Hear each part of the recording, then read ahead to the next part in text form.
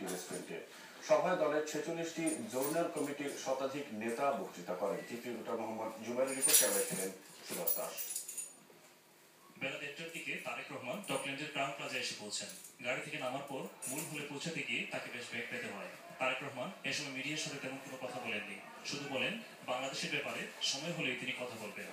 এক সুযোগে চ্যানেলসের এই রিপোর্টার মূল হলে ক্যামেরা ছাড়া প্রবেশের সুযোগ পেলেও এক পর্যায়ে তাকে বের হয়ে যেতে হয়। এ সময় মোবাইল ফোনের কিছুক্ষণের রেকর্ড অনুযায়ী দেখা যায় তারেক রহমান বলছেন, সবাই জানেন কোন কমিটির প্রেসিডেন্ট মারা গেলে প্রথম ভাইস প্রেসিডেন্টের মাধ্যমে কমিটি চলে, কিন্তু এখনকার বাস্তবতায় একটি আহ্বায়ক কমিটি গঠন করতে হয়, কিন্তু তারপর সেই কমিটিও স্থগিত হয়ে যায় সঙ্গত কারণে। এই কমিটি কিন্তু তার মেয়াদ কমপ্লিট করেছে, তারপরে আমরা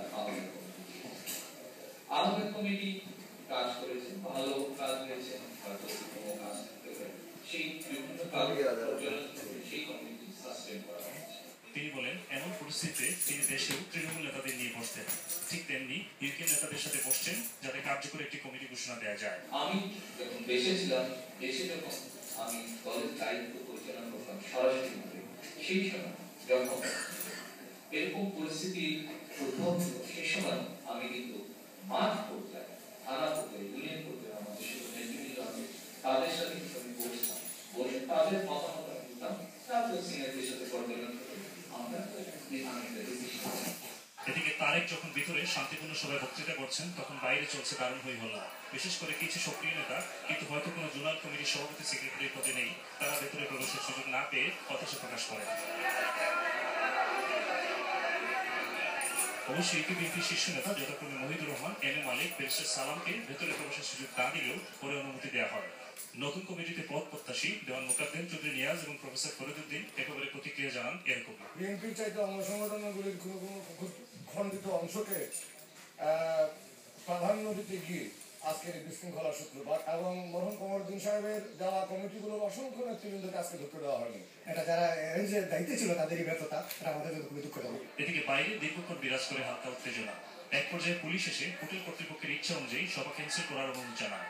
সামগ্রিক নিরাপত্তার দিক বিবেচনা করে এখানকার সভা বাতিল করা হয়। এম মালিক সহ বিভিন্ন রিজনের নেতৃবৃন্দ এ ব্যাপারে প্রতিক্রিয়া জানান এভাবে।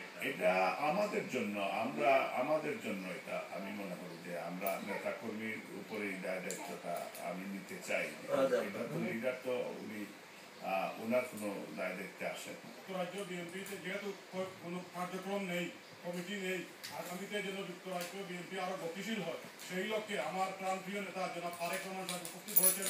সকল জোনাল কমিটির নেতৃবৃন্দকে মতামতের মাধ্যমে একটি শক্তিশালী কমিটি গঠন করার জন্য একটি প্রস্তাব উনি উপস্থাপন করেছিলেন। যে বাংলা সম্পর্কে উনি বলছেন, বিগত 5 বছরে যে আওয়ামী সরকার যেভাবে বিএনপির অনেক নেতা নেত্রীকে গুম করেছে এবং হত্যা করেছে, এদের নিয়ে উনি একটু আলাপ করেছিলেন। আমরা অনেক চেষ্টা করে এখানে ঢুকতে পারলাম না, যে বিশৃঙ্খলা দেখলাম, যারা এখানে অনেকের হয়তো ইনভাইটেড না, তাদেরকে ভিতরে ঢুকানো হয়েছে, কিন্তু আমাদেরকে নাম ডাকার পরও কিন্তু আমাদেরকে যেতে দেওয়া হয় নাই। এরপর তাৎক্ষণিকভাবে নির্মমের একটি রেস্টুরেন্টে সবার আয়োজন করা হয়।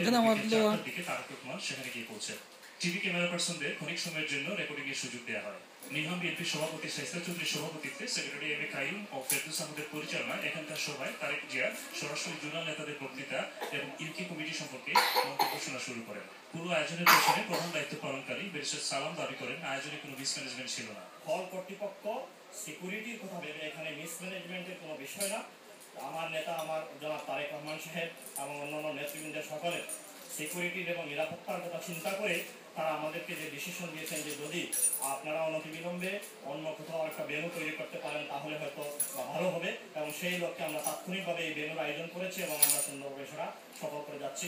আজকে এত কমিটি আসবে না, আজকে যে জিনিসটা হচ্ছে উনি তৃণমূল পর্যায়ে নেতৃবৃন্দের সাথে মত বিনিময় করবেন, ওদের বক্তব্য শুনবেন এবং ওদের কাছ থেকে আইডিয়া শেয়ার করবেন। পুরসভা রেকর্ডের সুযোগ রাখা হয়নি, তবে সাংবাদিকরা অনেকক্ষণ অফ ক্যামেরায় বসার সুযোগ পান এবং এতে দেখা যায় বেশিরভাগ নেতা সততা, অভিজ্ঞতা, তারুণ্য এবং সুশিক্ষার সমন্বয়ে একটি কমিটি গঠনের দাবি জানান।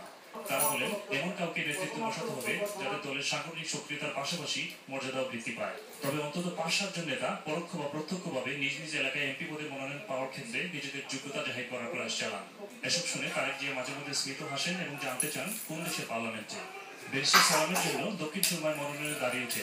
তারেক মাইক হাতে নিয়ে বলেন, তাহলে তো তাকে ইউকে কমিটির শীর্ষ পদ থেকে বাদ দিতে বলছেন আপনারা। সর্বশেষ সকলের বক্তৃতা শেষে তারেক রহমান দিক নির্দেশনামূলক বক্তৃতা করেন। তবে কোনো কমিটি তাৎক্ষণিকভাবে গঠনের সিদ্ধান্ত আগে থেকেই ছিল না। এই সভা তাকে একটি পরিষ্কার ধারণা দিয়েছে এবং বলেছে তিনি সুবিবেচনা করে যাদেরকে দায়িত্ব দেবেন তাদেরকেই মেনে নেওয়া হবে। Mohammad Zubair, channel television news, London.